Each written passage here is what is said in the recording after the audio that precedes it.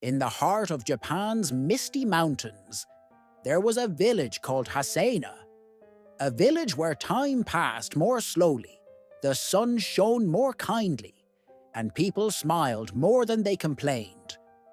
In this village lived an old man named Kentaro Sakai, whom everyone called Sensei, meaning master.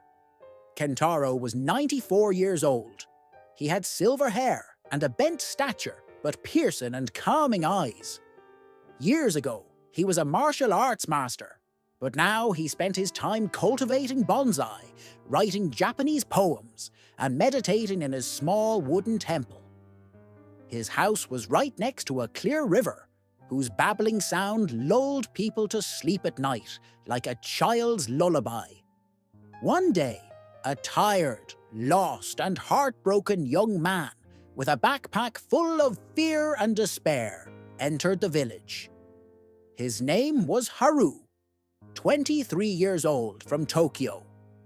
He had dropped out of university, lost his job, and was experiencing an identity crisis. He had heard that in this village lived an old man who knew the secret to a peaceful and meaningful life. Haru said to Kentaro, "I don't know why I'm alive. I wake up every day without a purpose. It's like I'm just alive to breathe, nothing more." Kentaro smiled.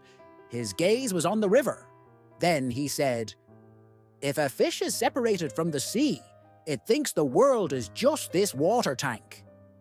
You have to find your way back to the sea, but not in a hurry, with patience." He asked Haru to stay with him for a month. "You're looking for a big answer, but you have to start with small things.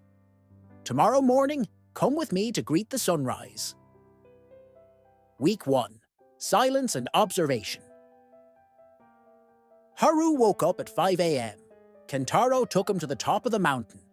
They sat together and watched the sunrise. Kentaro said, "Every sunrise means a new opportunity. If the sun doesn't get tired, neither should you." That week, there was no advice, just silence, walking and watching nature. Kentaro believed that a tired mind first needed to calm down to accept the truth. Week 2. Working with hands. Haru joined the old man's garden.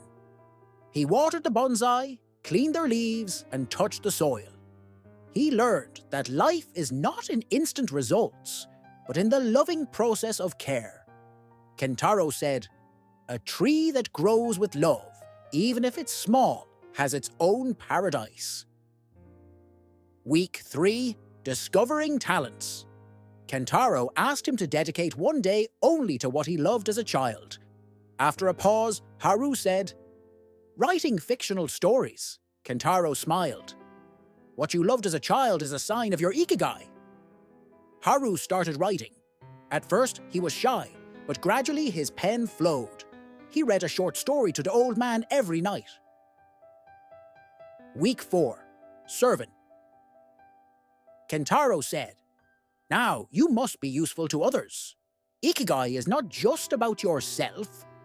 It's about the impact you have on others." Haru started teaching writing to the village children. He wrote letters for the old women. He made poems for the fishermen. A strange feeling sprouted in his heart, a feeling of being valuable. Month 2. The intersection of Ikigai. One day, Kentaro drew a circle for him with 4 parts. 1. What do you love? 2. What are you good at? 3. What does the world need? 4. What can you get paid for? The center of this circle was Ikigai. Haru said softly, "I love writing. I'm good at it. People are inspired by my writing. And maybe one day I'll make money from it." Kentaro winked and said, "Then you've found your Ikigai. Now you have to die and be reborn for it every day." End of story. A living legacy. Haru left the village after 3 months. But not like before. He was now a writer with a bright heart, a notebook of life stories, and a heart full of peace. Years later, he wrote a book called a road called Ikigai, which became a bestseller. But what mattered was not fame, not wealth, but the sense of meaning.